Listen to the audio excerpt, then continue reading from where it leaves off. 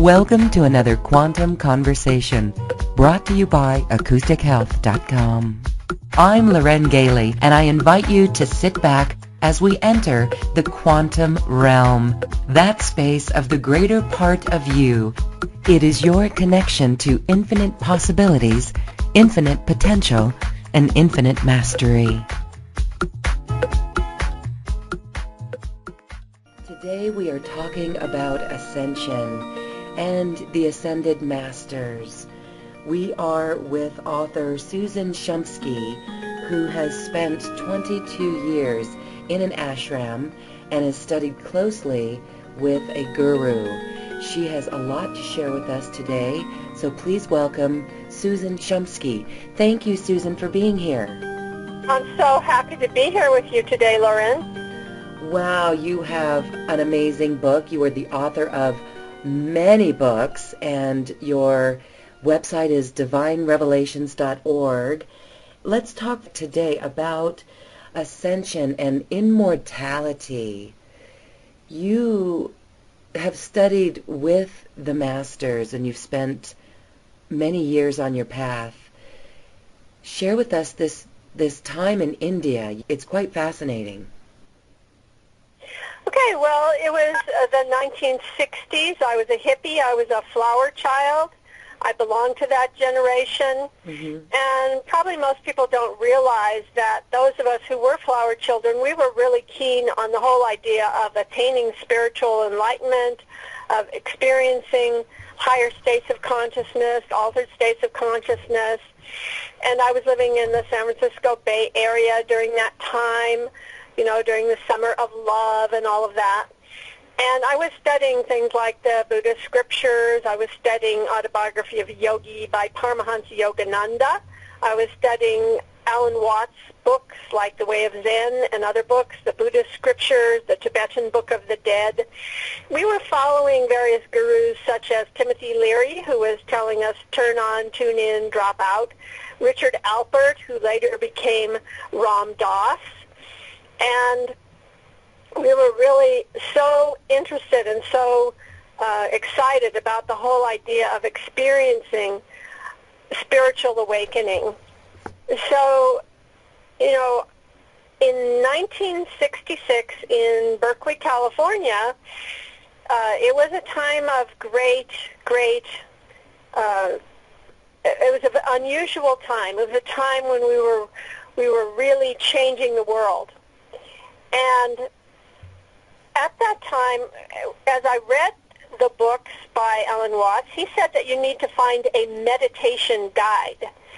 Well, at that time in that place, you know, you didn't go to the yellow pages and see meditation guide listed or anything remotely similar to that. So I asked a roommate, you know, how do I find this meditation guide? And he said, well, have you ever tried to meditate yourself? So I said, well, I guess I'll give it a shot. So I lay down on my bed and I sort of asked for or prayed for a meditation. Immediately I was propelled into an ecstatic state. There was a rush of energy, a cord of energy that was flowing all the way from the tips of my toes all the way to the top of my head. And I felt like I was plugged into an electric socket, but in a very, very ecstatic way. And I figured, well, I guess this is meditation. I didn't know any better. Little did I know that I had had my first meditation experience and my Kundalini awakening all at the same time. And soon after that, a friend of mine brought me to the Transcendental Meditation Center. And there I saw the picture of the guru on the wall, Maharishi Mahesh Yogi, who was the guru of the Beatles and of Deepak Chopra. And this was in 1966.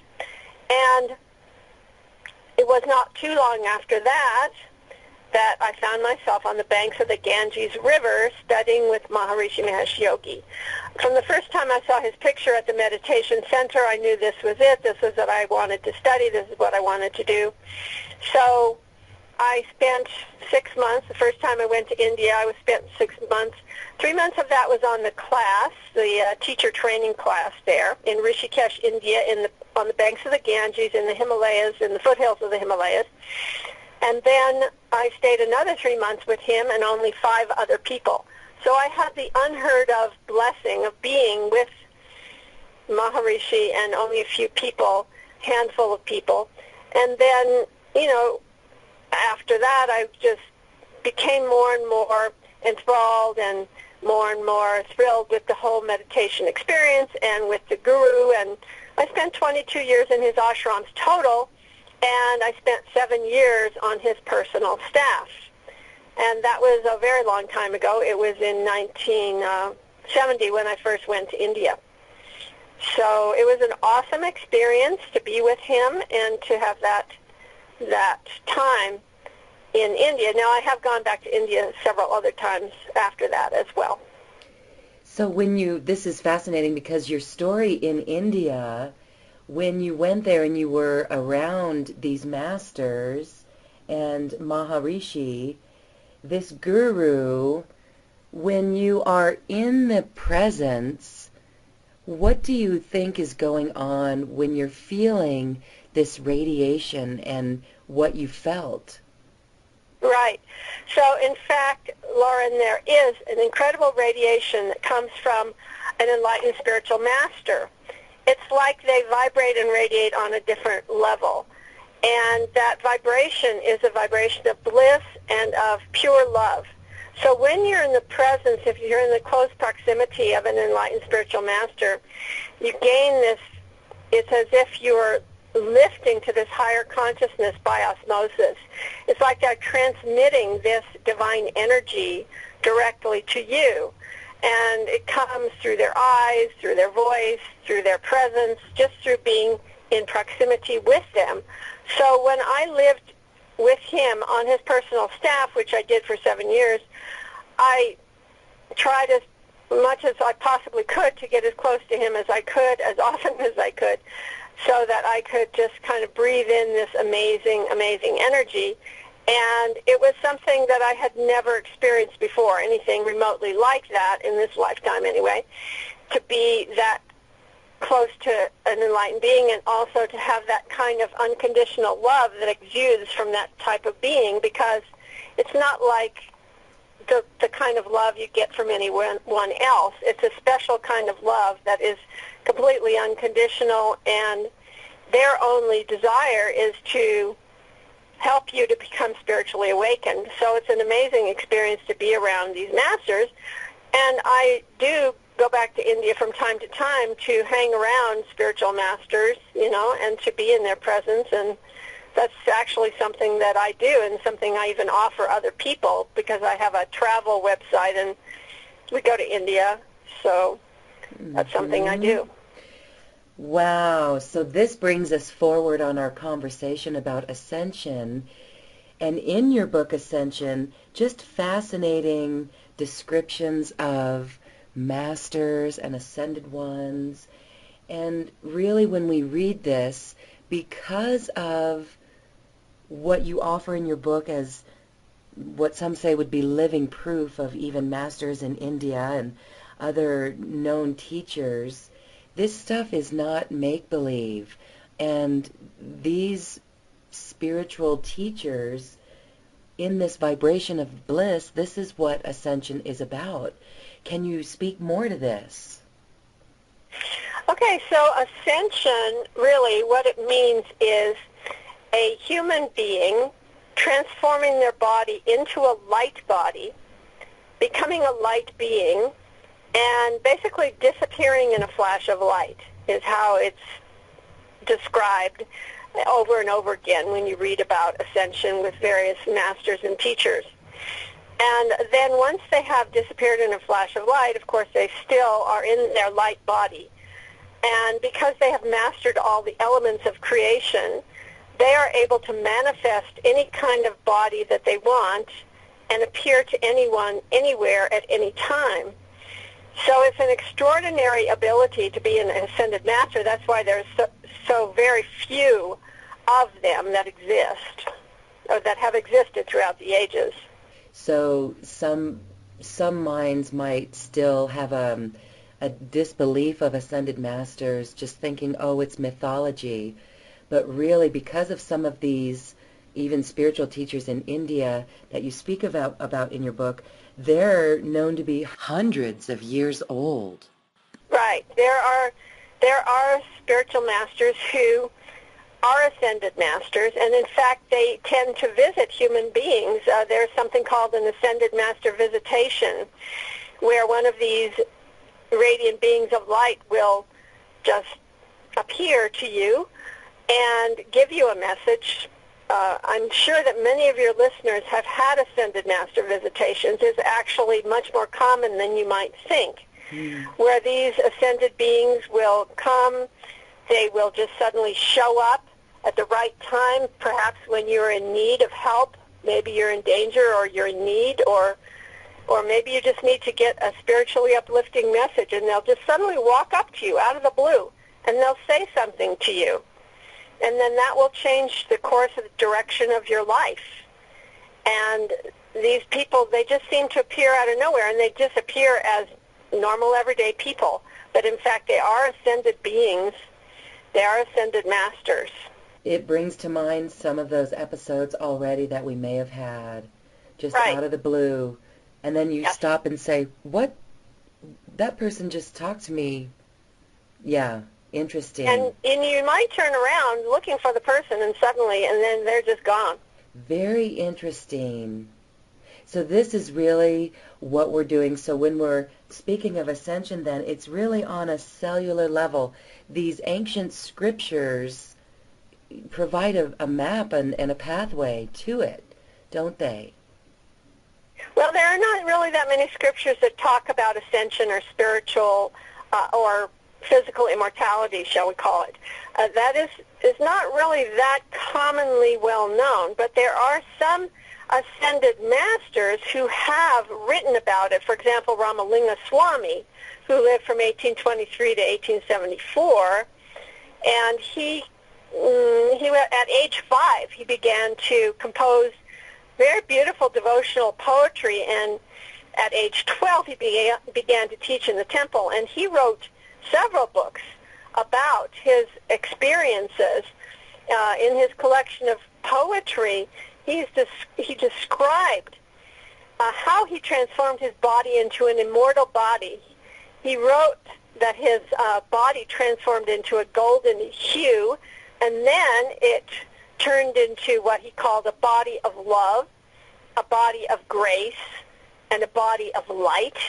And he said that his new body, which is imperceptible to the touch, was imperishable, and he wrote that it was unaffected by the environment. And he was an extraordinary saint. When anyone tried to photograph him, nothing appeared on the photographic plates except his clothing, and his body cast no shadow, and that's the reason why he always covered his body and his head. He would wear like cloth covering over his head and his whole body so that he would cast a shadow.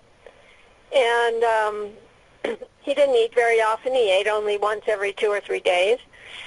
And he performed many really miraculous healings.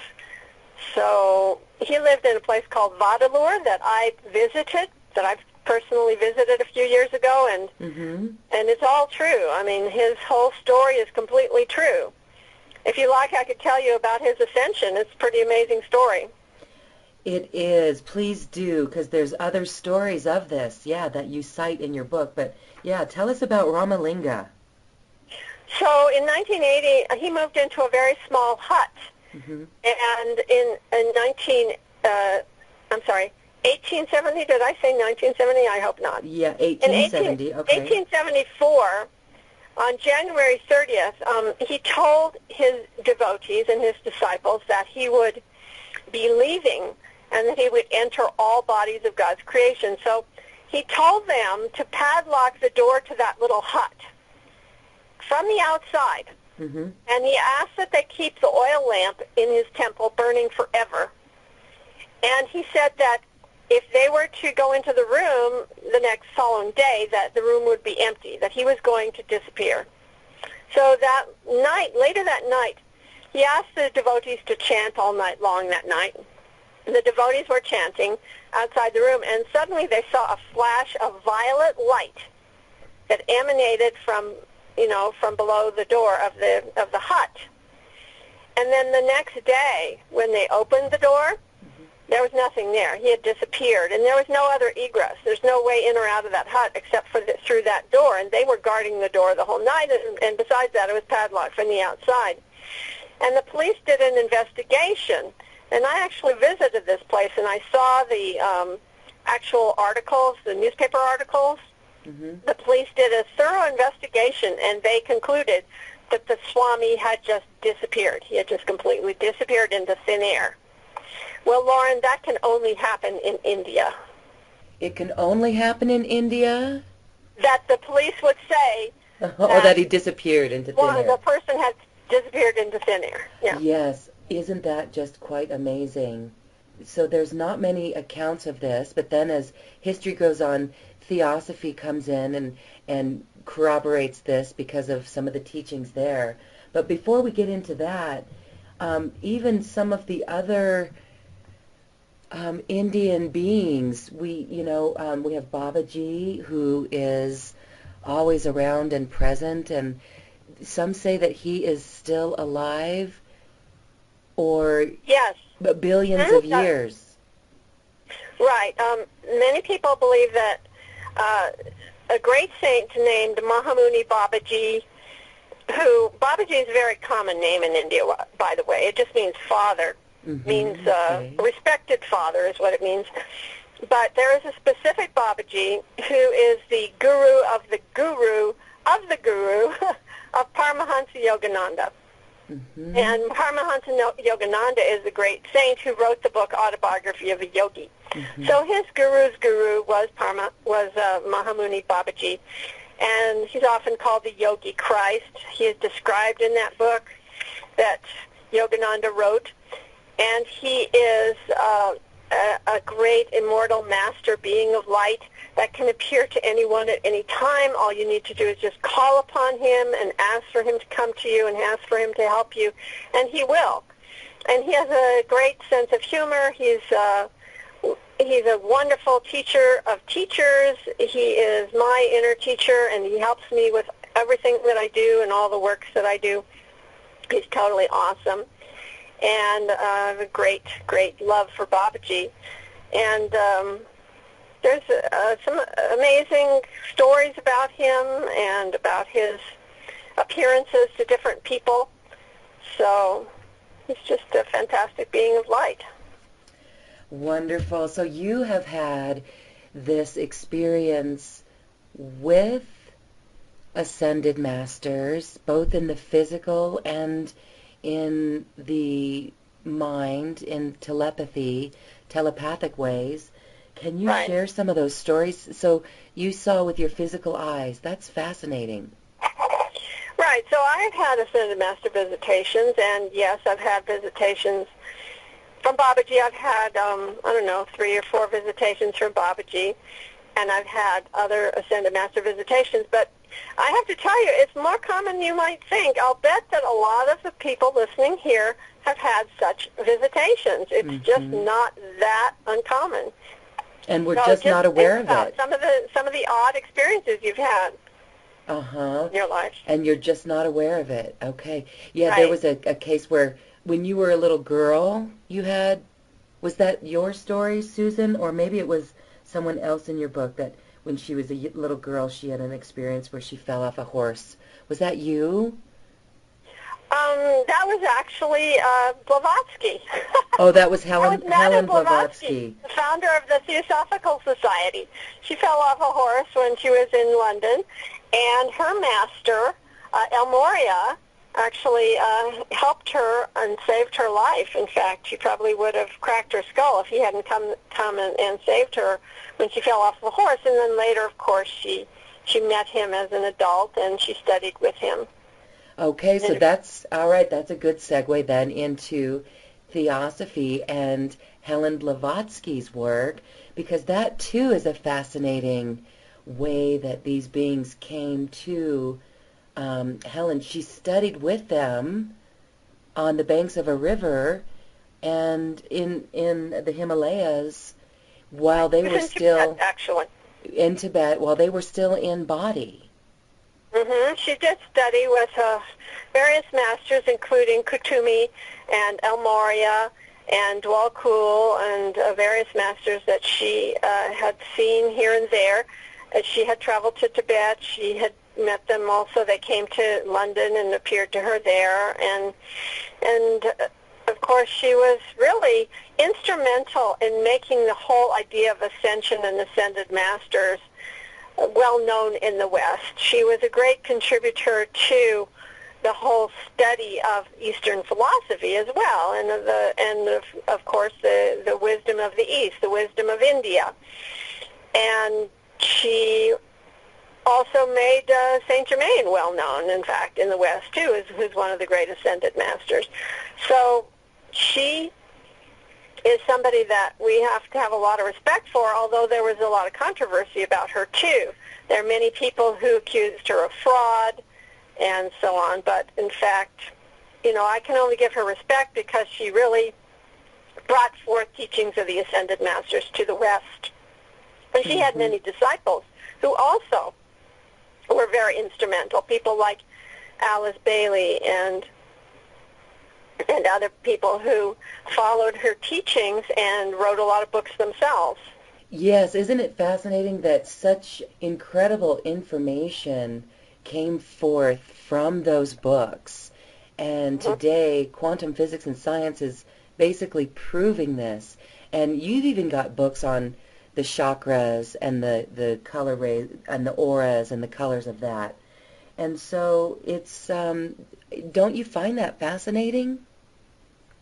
Yes, as a matter of fact, obviously I've been in this spiritual study for over 47 years, and so the whole mystical realm, the spiritual world, is of great fascination to me, and I've written many books about it. I think that probably my most esoteric book is the book The Power of Chakras, and that book really delves deep into how this universe manifested out of the singularity, how it goes back into the singularity, how we as individuals get manifested out of that oneness, out of that wholeness, and how we go back to that, and all the details about the subtle energy system are detailed in that book, The Power of Chakras, and also in my book, The Power of Auras.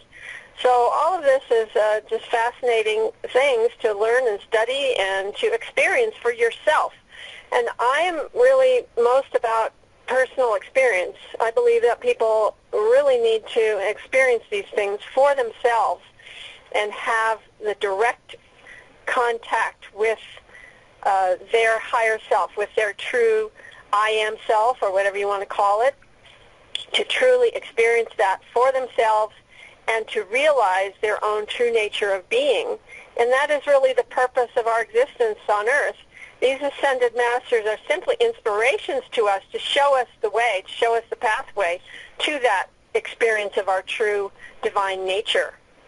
Very well said. So when we're, you're in Mount Shasta, and that is pretty amazing because the telos that's there, and there were other experiences of ascension even in the Mount Shasta area. Let's talk about Joanna Cherry. Joanna Cherry is a woman who lives in Mount Shasta, and she is a teacher of ascension. And the interesting thing about her is that I learned a lot. In fact, she was really my first teacher who taught me about ascension. And she is a very interesting woman who has helped a lot of people to experience to have ascension experiences. And so I have great respect for her as well. And she's the one that told me about Annalee Skarin. Annalee Skarin is a woman who lived in the 20th century, and she was a member of the Mormon Church. She was very devoted to that church. But unfortunately, she was excommunicated from the church because they didn't like the fact that she was writing these books on ascension. And she wrote a book called Ye Are Gods, and they didn't really, they didn't like that too much for this woman to be teaching people that they could become ascended masters. And in fact, if you like, I could tell you the story of her ascension. Yeah, that's fascinating too, and it's the same, it's common as the others. Right. Mm-hmm. Right, so she was 52 years old, and she was living in the home of a friend in Salt Lake City. And on June 16th of 1952, she mentioned to her roommate, who she called Mrs. B, she mentioned to her that probably the angels were going to be coming to get her soon, and that she was going to be ascending. And that evening, Mrs. B was, she was sitting in her sitting room, and she just suddenly saw a bright flash of light from under Annalee's bedroom door. Mm-hmm. And she didn't really think too much about it. But then in the middle of the night, Mrs. B woke up, and she just had this sudden urge that she had to go to Annalee's room and check on her. So she tried, and she knocked on the door, and no answer. So she went inside the room, and Annalee was not there. But her false teeth were sitting on the bedstand next to her bed. Well, apparently she had ascended. Mm-hmm. Later that night, Mrs. B was sitting in her living room with her children, and suddenly Annalee appeared in the house, and she was wearing a blue dress, and her legs were covered with dust. And Annalee said to them, "Do you believe I have translated?" Translation is another word for ascension. Mm-hmm. By the way. Mm-hmm. And she said, "Do you believe I've translated?" And Mrs. B and her family members, they replied, "Yes." And then suddenly, Annalee turned into a brilliant divine light being, shining with golden light. And then she disappeared. And by the way, as she appeared to them, she was smiling and with her pearly white teeth, while her false teeth were sitting in the, still sitting in her room on the bedstand. That's a fascinating story, and it's only, that was in the 50s. Correct. Mm-hmm. Yeah. Yeah. So really, this is just amazing, because you're putting together all the pieces of these stories. Mm-hmm. And now, so there's other examples of people experiencing getting close to ascension and not when working with masters like Saint Germain. How about you yourself? Are these like little episodes of, when we feel a wave of an upliftment in our body? Mm-hmm. What do you think is going on, and what's your experience? Well, certainly anyone at any time can call upon an ascended master. And it's a good idea to call upon them by name and ask for something specific, like if you want to ask to be purified, to be lifted, if you want to ask for healing, if you want to ask a question. It is just a matter of asking for it and receiving. So you may call upon, for example, Saint Germain and ask him to come with his violet flame. He has that kind of a violet purifying flame that he's well known for, and you could ask him to come and assist you with any problem that you might have, or he can help you with prosperity. He's very good with prosperity. He was always very wealthy. And he can help you with healing, of course, and purifying. The violet flame is very good for purification, for consuming all negativity. And there are many of the Ascended Masters have kind of specialties that they work with. And you can learn about that in my book, Ascension. You can learn about these different masters. There's stories about I've got tons of stories in this book about the Ascended Masters. They're so fascinating stories. And many of them are people you've never heard of. I'm sure your listeners have never heard of Ramalinga Swami, for example, and he was one of the greatest Ascended Masters ever. And the Buddhist tradition, the Tibetan Buddhist tradition, they have something in their tradition called the rainbow body, which is the same thing. Disappearing in a flash of light, and people are seeing a rainbow above the place where that ascension takes place. And they claim that they have tens of thousands of monks and nuns who have attained the rainbow body in the Buddhist tradition. So it's really all over the world. It isn't just in India or just here or just in Tibet or whatever. There are ascended beings of light in many different cultures. throughout the world. Well, it's fascinating because the places that Babaji was, or was it, I can't remember the names, but the places where some of these gurus go and meditate in caves are on cliff sides. So is levitation involved as well, and bilocation? This is the mystical arts we're talking about.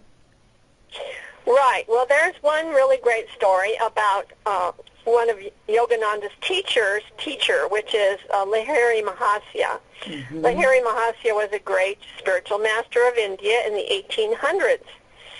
And one day he was I believe it was in Varanasi, and he was teaching there to a small group of disciples, and one of his disciples named Ram Gopal, he told him to go to the Ghat. Now the Ghat that's the steps that lead down to the Ganges River. It's a bathing Ghat. It's a place where you go to bathe in the river. So he told him to go to the Ghat, and Ram Gopal's sitting there by the Ghat, and he's wondering what he's doing there. And then suddenly, as he's sitting there, a stone slab, a very heavy stone slab, lifts off the ground, levitates in the air, and Babaji's sister, he's sometimes called his sister, sometimes called his cousin, she appears from under the ground, and she appears out of this kind of underground cave or whatever it is to Ram Gopal. And then he sees one beautiful beam of light across the Ganges, and that grows closer to him, and suddenly he sees Lahiri Mahasya, who appears to him and, comes to the Ghat. And then another ball of light comes over the Ganges, and there appears Babaji. So all of these beings of light are there, and Babaji says that he is going to, that he's been around for, a very long time, and he's considering re-merging into the absolute. In other words, at the end of a person's cycle of evolution, what happens to them is they re-merge with the absolute. They merge with the oneness of all that is, shall we say. So that's what he said he wanted to do. But then Mataji, who is Babaji's sister, called his sister, she says, well, it doesn't make any difference if you are in form or if you are formless. Does it make any difference? And he said, well, no, not really. And she said, well, would you be willing to stay with us and continue to serve as an ascended master and to continue to help people? And he said, yes, okay, I will do that. So he agreed to do that. And Ram Gopal witnessed this whole scenario. And then they all, disappeared. She went back in the cave, and they all disappeared. And then he went back to Lahiri Mahasya, who was still sitting there with his disciples giving a discourse. He was still in the same place with all of his disciples. And he had been giving a talk, he'd been giving a discourse on bilocation, on how a saint can be in two places at once. Mm-hmm. So that was a pretty interesting story. That's in my book, Ascension. It was also and actually it's from the book, Autobiography of a Yogi by Paramahansa Yogananda. Oh, I know. Such great, the way that you interpret this, though, is just so beautiful. It really is a great read, Ascension. Thank you. Connecting with the Immortal Masters. So there are so many fascinating stories. There was even one where you had a friend who but was in an ashram as well, and he told a story of a monk coming out of silence. And some of those stories were fascinating. He spoke of journeys to the inner earth or in the underground caves. So a question for you, Susan, is do you know more about inner earth or subterranean continents?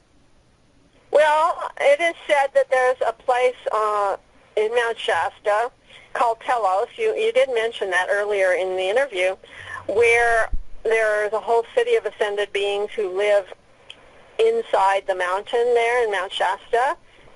Many people who live in Mount Shasta believe in that. They believe in Telos. But also, it's not really just here. It's not just in the United States that people have these beliefs. It is, in fact, in the ancient Tibetan tradition, the Buddhist tradition, where they believe in the underground caves and the people who live in these underground caves. The what they call the serpent people and other people who live in these underground cities and caves. And one of my close friends, Sean David Morton, went to Nepal, and he studied in an ashram there for quite a long time, and a monastery there. And he met one of these amazing beings. I think that's the one you were referring to earlier. Yes. And that amazing being had a deep knowledge of these underground people and these underground caves, and it was just fascinating because it was like, wow, they really exist, and these people really exist. So yeah, and the point that we'd like to speak and point out is, you mentioned ascended. So there's no fear. The fear would be here on the surface, in this realm. And so ascended really is just being in that higher vibration, as you said earlier, of bliss and pure love. So Susan, what do you do on a daily basis to keep yourself connected to this? Mm-hmm. So I recommend a couple different things to help people stay connected to spirit with a capital S. Mm-hmm. First and foremost would be meditation to experience the true nature of your being. Secondly would be prayer and affirmation, affirmative prayer. And I teach all these things in my various books. For example, I have a book called Divine Revelation, another book called How to Hear the Voice of God, another one called Exploring Meditation. These are all about connecting with spirit and having experiences, divine mystical experiences yourself, and being able to connect with the Ascended Masters yourself. They're all how-to books, and they're all about how you do that. I also have books on affirmative prayer to help you stay clear, to help you to not only be connected, but to also remain in that spiritual state so that you are not dragged down by the influences of people around you, places around you, things around you. So we have Miracle Prayer, which is one of my books. Another one is called Instant Healing.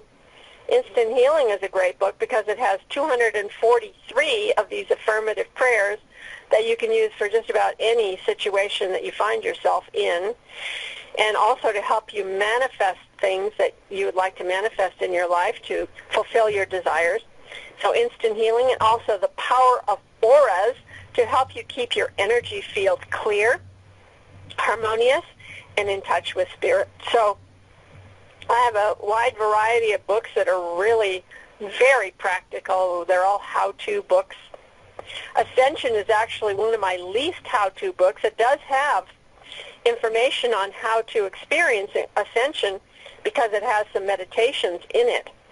Mm-hmm. But really my other books, and it does have some affirmations in it as well, but my other books are more focused on how-to material. This book, Ascension, is more about stories of the Ascended Masters, which is very inspiring and very entertaining to read about, by the way. It is, and again, I just want to point out that some would consider it mythology or just stories and people's imagination, but what I really want to reiterate is that, gosh, you have painted a really good picture, and just by sharing the stories of even the most recent Ascended Masters, even from the last decade, the 20th century, my goodness, it is amazing.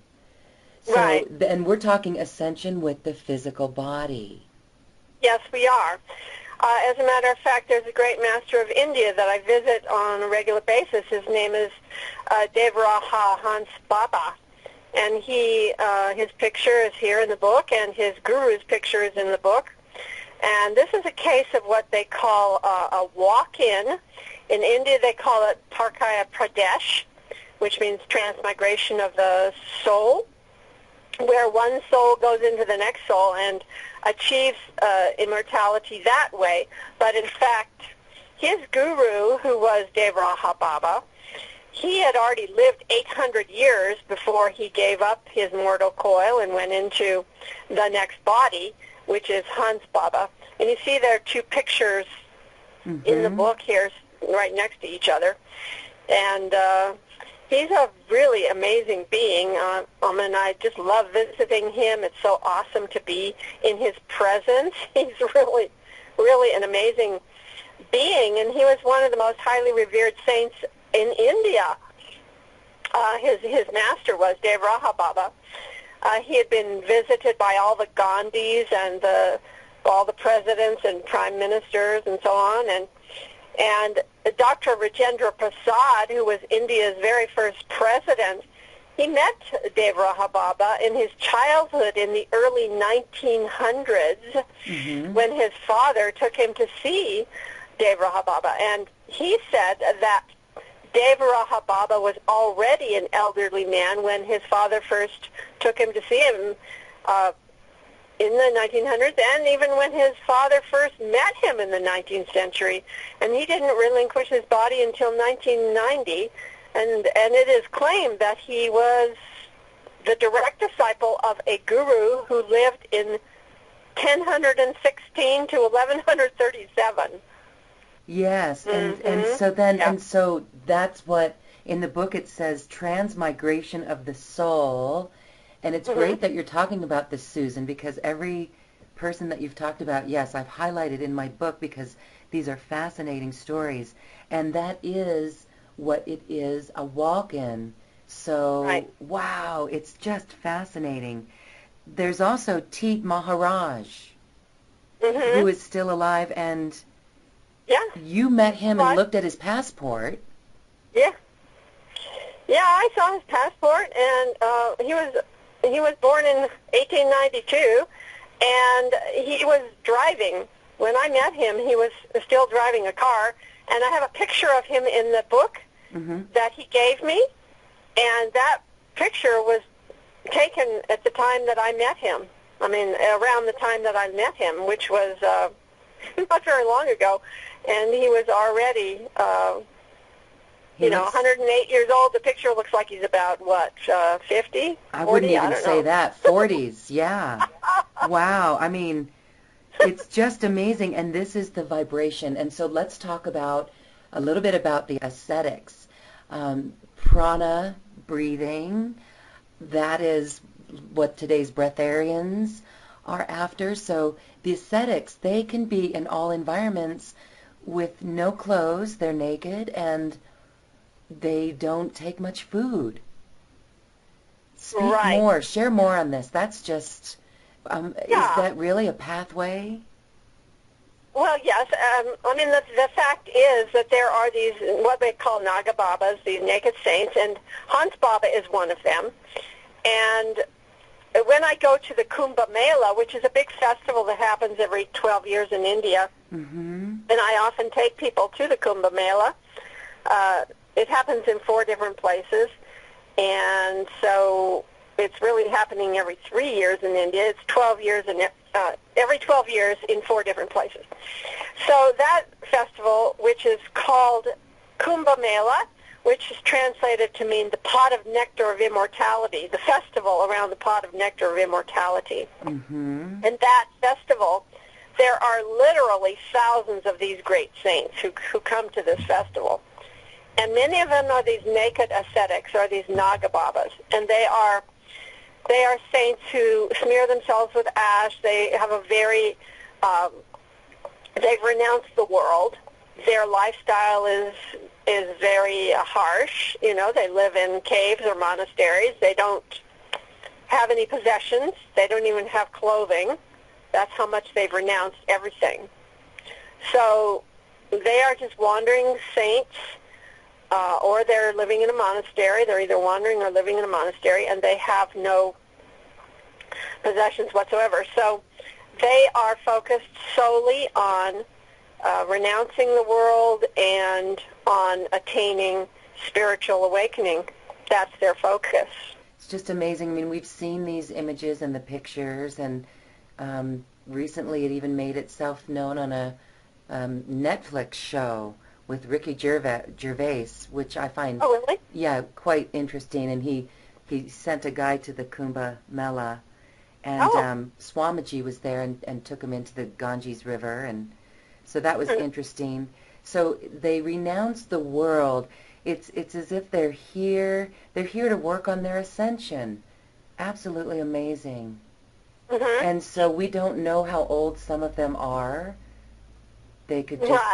Right. But usually, I mean, if there is someone who is very, very old, then people know about that, because their relatives visited them, in other eras and other generations, and so they become quite well known. Some of these great long-living saints. There was even one in China that I talk about in the book that was reported in the New York Times. I mean, he died at age 250, and it was reported in the New York Times. So that was in the 1930s that he died. So I guess my point there in saying that is, what struck me is when I read the book, and you read about the ages of these sages and the saints, they are just not part of the world global census. And so when we speak of the oldest living person, we don't even take into account the ascetics. No, we don't. The people don't, because they don't count those as people. They don't count people from India or China as people. But in fact, Master Lee, I have his photograph here in my book. I mean, he was born in 1677 in China, and he was a well-known herbalist, and he was married 14 times. He had 180 descendants covering 11 generations, and his death was reported in 1933 in the New York Times. So here's his secret. This is a quote from him. "One should have a quiet heart, sit calmly like a tortoise, walk sprightly like a pigeon, and sleep soundly like a dog." And he attributed his longevity to peace of mind and said everyone could live at least a century by attaining inward calm. Everyone could live at least a century by attaining inward calm. So it really is that simple. So what do you think is going on now in these days for people? We really are at this point of making a conscious choice in our life to let those things that bother us go or suffer because we cling to them. What is your take on everything? Well, I mean, the reality is that we always have individual choice. Everyone has individual choice at every moment of every day. And the choice is, we can be defensive, we can be reactive, we can get tied into knots and live in great anxiety and have headaches and have stress and have hypertension. Or we can choose to do something about that and instead perhaps take a few deep breaths, perhaps have a little meditation, perhaps do some prayers, do some affirmations, do some spiritual practice that will help you to become more centered, balanced, and in greater equilibrium, greater equanimity within yourself. And I'm greatly gratified to see that the practice of yoga has become so popular in the West, and that so many people are taking that seriously. The only trouble is that they're only taking the physical aspect of it seriously. They consider yoga to be an exercise that you do in a gym. Well, yoga is not. Yoga means union. It means yoking. It means to unite. But it's not unification of the nose with the knee, or the head with the head with the knee, or the or the fingers with the toes. You know, that's not the type of yoga we're talking about. We're talking about union of the individual with universal spirit. That's what yoga really means.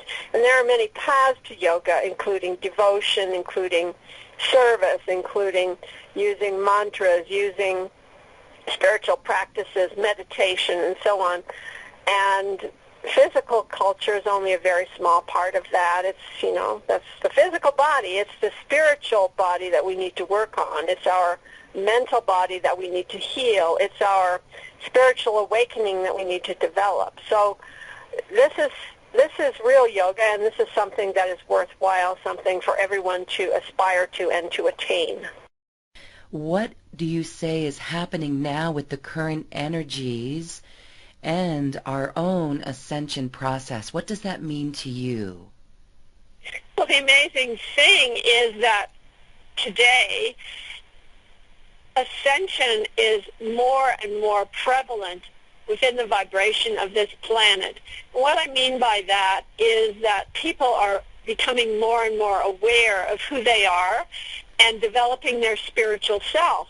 This was not the case decades ago. And we see year by year more and more people are focusing on their spiritual development. Every year we see more and more of the vibration of this planet lifting higher and higher. So it's like an exponential curve actually that's going on in this planet for the last few decades.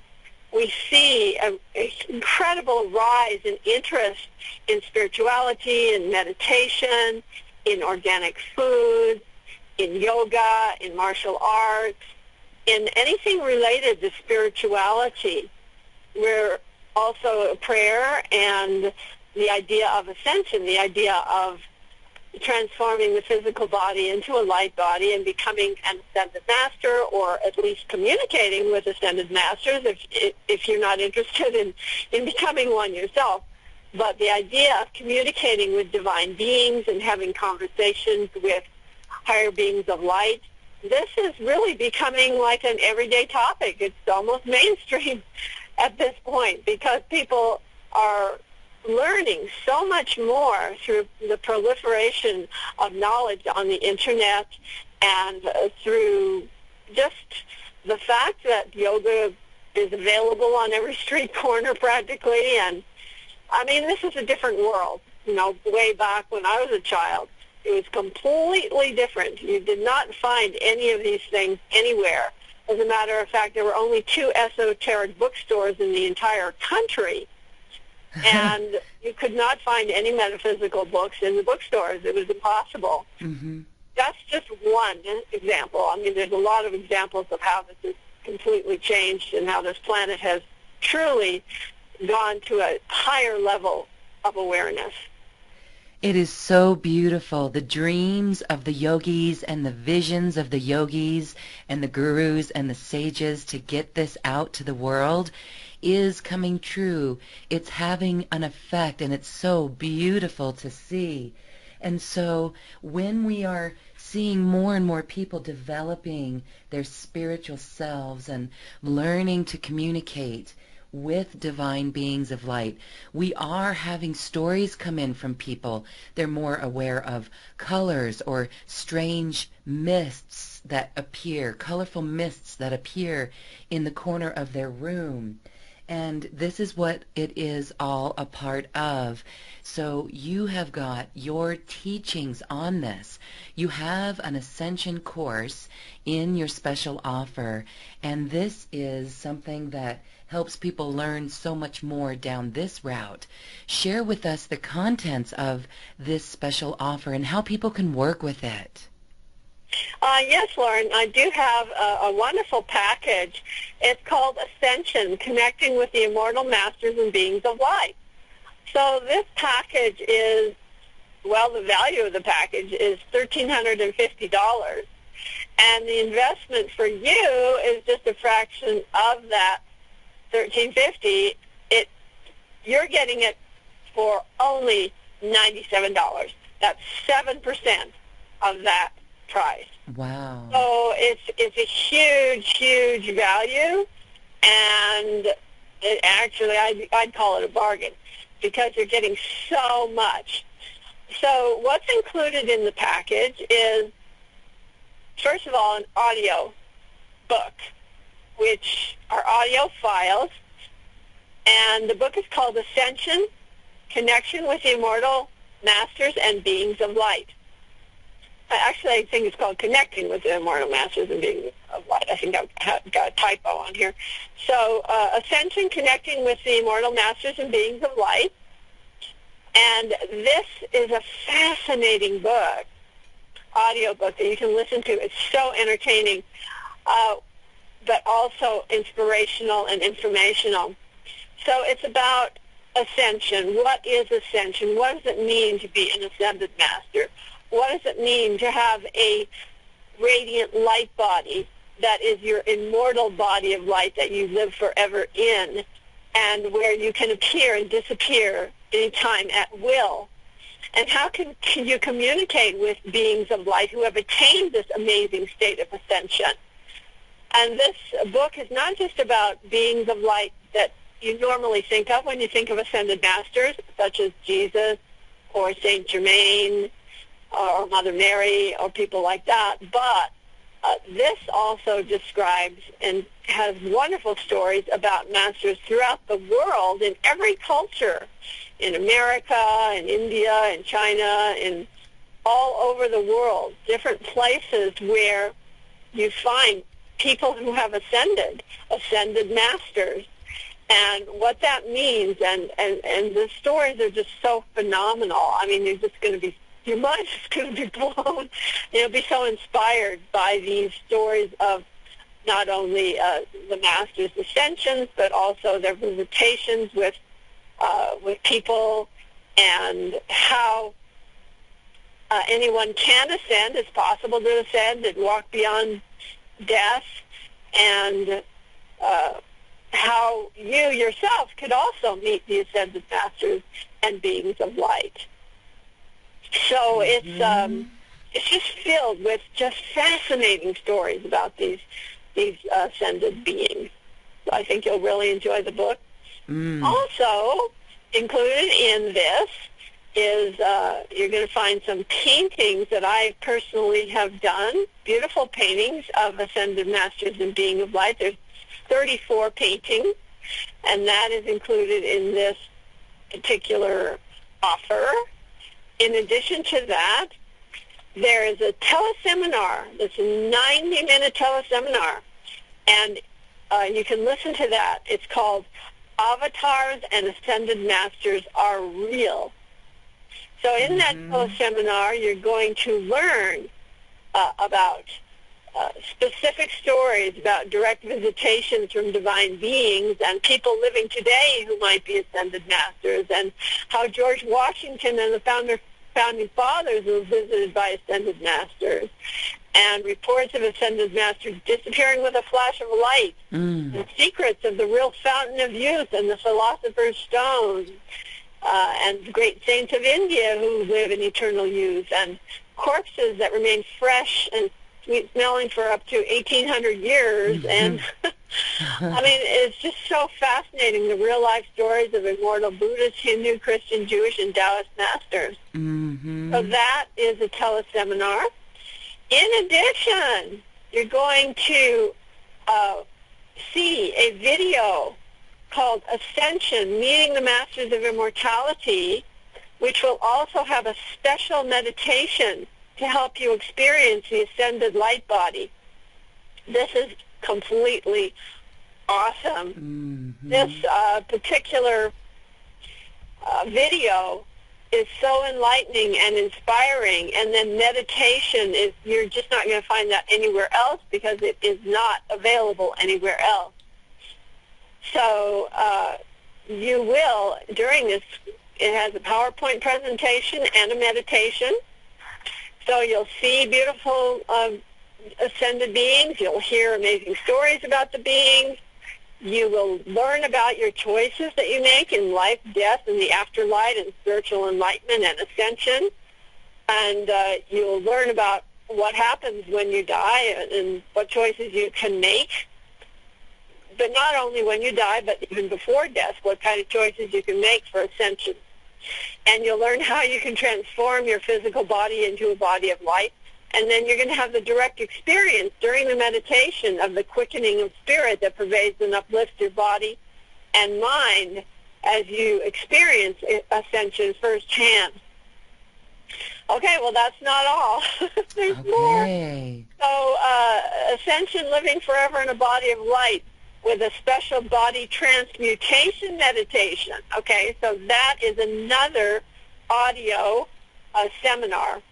And on this audio seminar, you're going to have a very special, unprecedented, profound meditation that was given to me directly from the great Mahamuni Babaji, the immortal being Babaji, who's often called the Yogi Christ. Mm-hmm. And he gave me this meditation that is so incredible. I don't even know how to begin to describe it. It's about transmuting your physical body into a light body.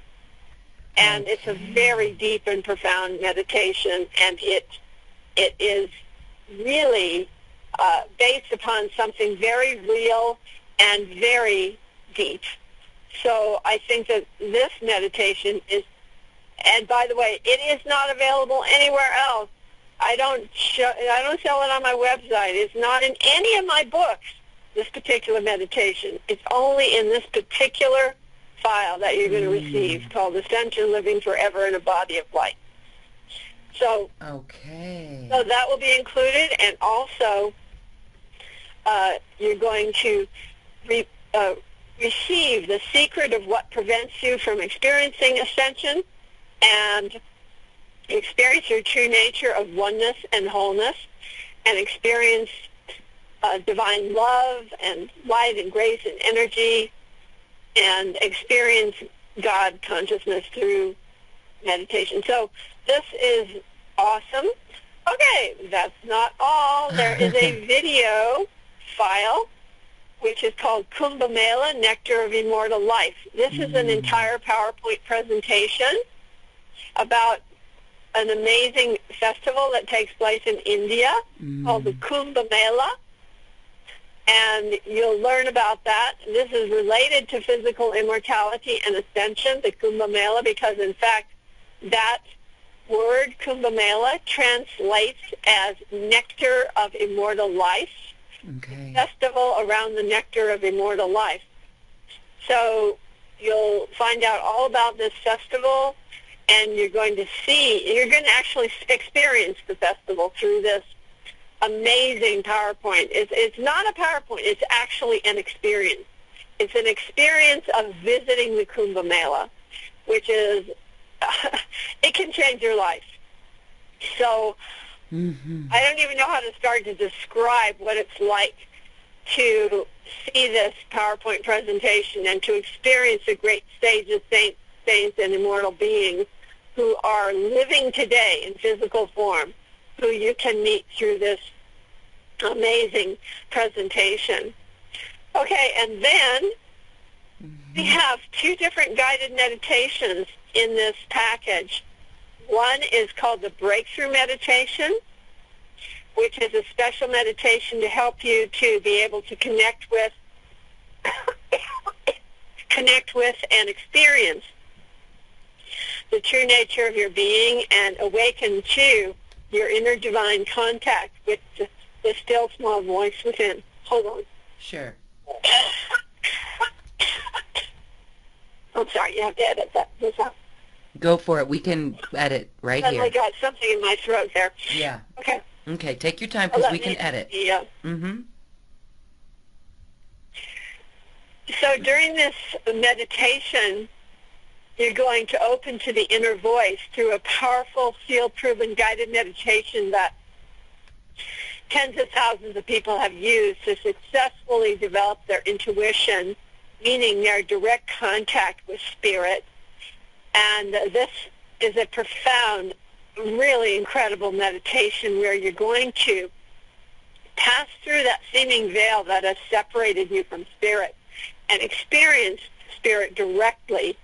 You'll heal the ego blockages that have prevented clear inner divine contact and communication, and you'll learn how to listen to entrust the still small voice within and receive divine messages. So this is a very powerful meditation. And then, if that's not all, you also are getting a guided meditation for daily use, which is a 30-minute guided meditation that you can use daily to help you quiet your mind and open your heart so you can hear the inner divine voice and receive divine messages, healing, wisdom, and inspiration from within yourself. So this is an incredible, wonderful meditation that you can use on a daily basis.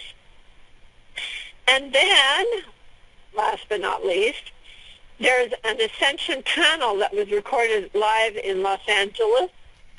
And this is not just me, but several speakers who are talking about ascension, what it really means to ascend. So I think you'll really enjoy this panel. It is a video, and it was recorded live. So this, when I look through this package, my mind is blown that you're going to get all of this for only $97. Yeah, that's really great. Thank you so much for such a powerful package. The meditations in there, my goodness, Babaji, transmuting physical body. And I've not seen his work channeled through or coming forth in such a way. So that is really cool. And you said that was Ascension, living forever ever in a body of light.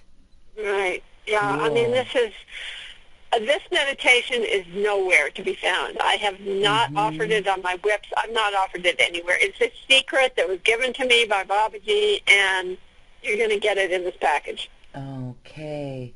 Wonderful things for us to work on. You know, as we've learned after 2012, this great shift, there's nothing magical that's going to happen outside of us. It's all happening within us if we each take the responsibility to go on this ascension path. What are your thoughts on this as we say goodbye today? Our personal responsibility. Yes, I mean, the thing is that maybe people think that something or someone is going to save them, heal them, enlighten them, and so forth. But the reality is that you do need to do the work yourself. But I make it really easy for you with the kinds of teachings that I bring forth. I make it very simple and easy for anyone to have spiritual awakening and spiritual experiences, especially through the guided meditations that I provide to people, and of course through the books that I write. And the entire Ascension book is available through this package that I'm offering today. And the thing is that it's very essential, especially now, for people to take responsibility, to step up to the plate and become their own guru. That means learn how to listen to the inner voice, the voice of true spirit within you, which is God within you. It is your own higher self. And once you open up that flow and start that connection, which you can do through some of the guided meditations that I'm offering today, then you will be able to have this direct flow of communication from spirit. You'll be able to make wise decisions, the best decisions in your life, with very peaceful confidence, because you know that you're on the right track when you're listening to your highest wisdom, your higher self. So you can make the best decisions and walk a path of great confidence and live in the light of spirit. I mean, you're actually fulfilling your destiny and becoming all that you can be. And also, something that's very cool is an online healing retreat masterclass. This is Awaken Your Divine Intuition, and we did it recently. This is the recording in an encore broadcast and a home study course. You will listen to this and experience a divine breakthrough, which was very fascinating. I had personal experience with this, and it is exquisite. I myself have transcended competition after this incredible experience. Awakening our divine intuition is very powerful. when we're dealing with living our passion and starting our own business and finding that inner guidance. So tell us what we're going to learn. We have 3 sessions. These are about 2 hours each for a total of 6 hours at least. I am so excited about this, Lauren. I am just over the moon about this online healing retreat, and it's called Awaken Divine Intuition. So this seminar is going to transform your life. It is so amazing. This particular class is my foundation class for everything that I do, everything that I teach. This is about supreme experience of the divine, having that divine experience directly. There was a gentleman who asked earlier, how do I have faith and trust in God's love? How can he when he hasn't experienced that? This is about having the direct experience of spirit with a capital S in whatever form you believe that to be, whether that is, whether you're a Christian, whether you're Buddhist, whether you're New Age, whether you're New Thought, whether you're metaphysical, whatever it is that you call yourself spiritual, or if you call yourself a particular religion, that's good too. It doesn't really matter what your belief is or what your particular deity or conception is about spirit or about God. You're going to have amazing spiritual experiences on this class. So this is about being in touch with spirit with a capital S and listening to the still small voice within you, learning how to have direct spiritual experience. You're going to learn how to receive divine impressions, how to develop your clairvoyant, clairaudient, clairsentient abilities, and begin to start the flow of divine guidance within you. And if you've already been doing that, that's great. This will help to deepen your abilities to receive clear inner guidance. So during this class, you're going to learn how to meditate, how to experience the divine presence directly, how to get very clear, precise messages and answers to practical questions from that in-house counselor, and how to do that at will. Everything I teach is about receiving, asking and receiving at will. That is what is very unique about everything that I do and everything I teach, is that this is not about some just, okay, maybe it'll happen. This is about receiving the spiritual experiences that you're seeking by asking for it, and receiving the inner guidance by asking the questions and receiving the inner guidance. Also, you're going to learn how to release blockages that prevent you from hearing the divine voice and receiving the divine messages. And you're also going to learn how to distinguish between that true divine voice and other voices in your mind. So in the first session, we're going to learn all about opening to inner wisdom. It'll be like an introduction to the whole thing, and you're going to learn all about how this interconnection takes place. You'll learn about the 4 different goals that we want to achieve when we're having something called the breakthrough experience. And those 4 goals are the inner contact, inner name, inner signal, and inner message. You're going to learn all about that in great detail, and how you can use these particular techniques and these particular tests to be able to receive that experience of the divine presence. So deep within your heart and soul, there is this beautiful source of wisdom within, and you're going to learn how you can tap into that, how you can receive this beautiful experience of the divine, how you can reclaim what I call the pearl of great price, which is your higher self within, and how you can meet and consciously communicate with that inner guru. So, right now, today more than ever, a sense of inner knowing is essential.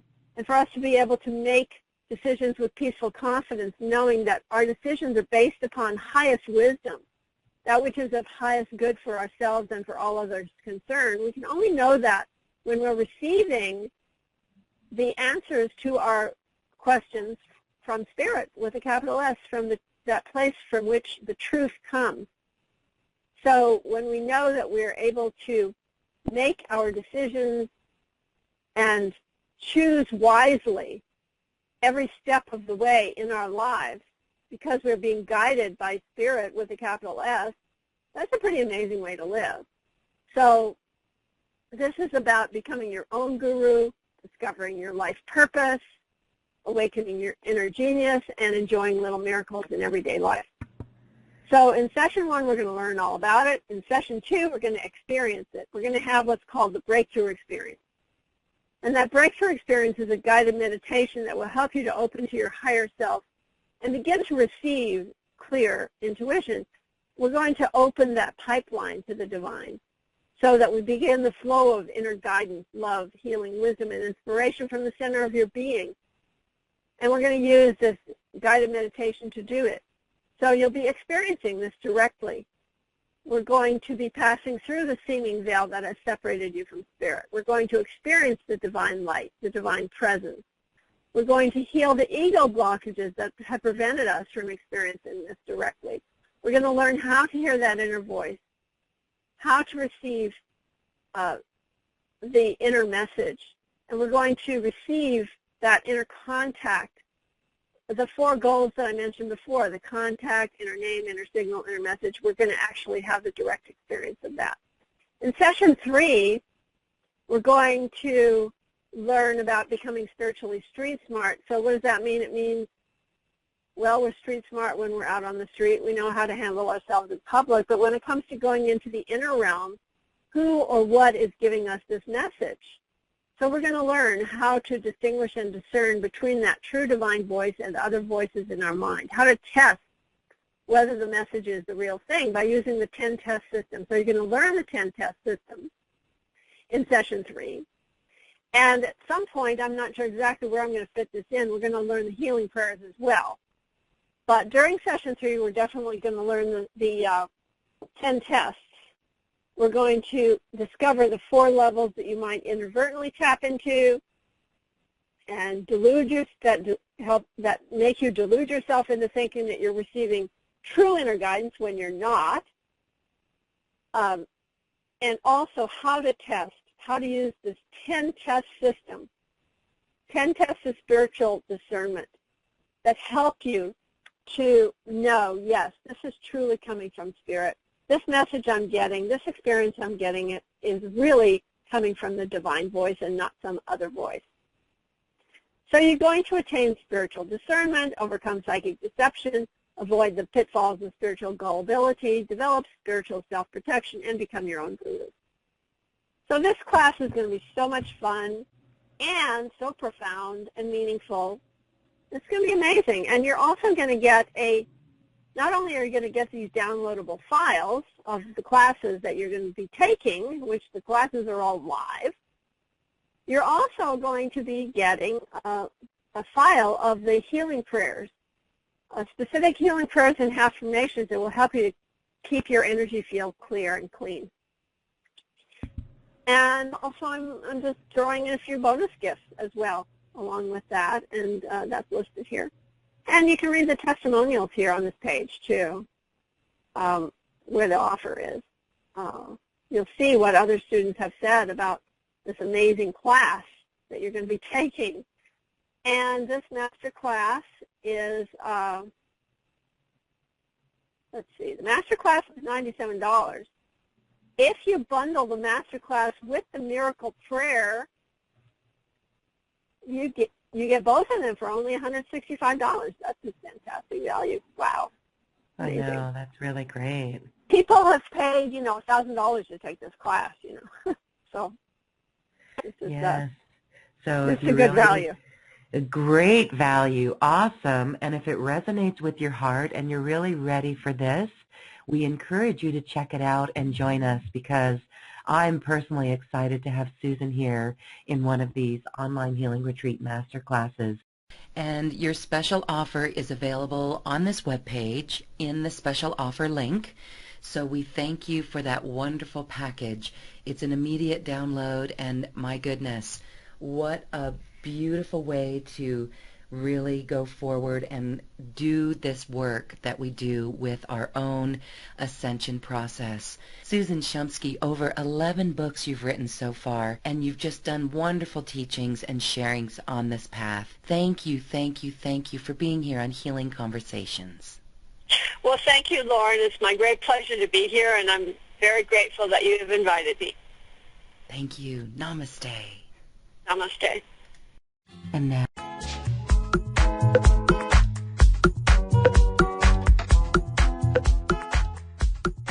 thank you for listening. If you've enjoyed this program, please share it with your friends and loved ones.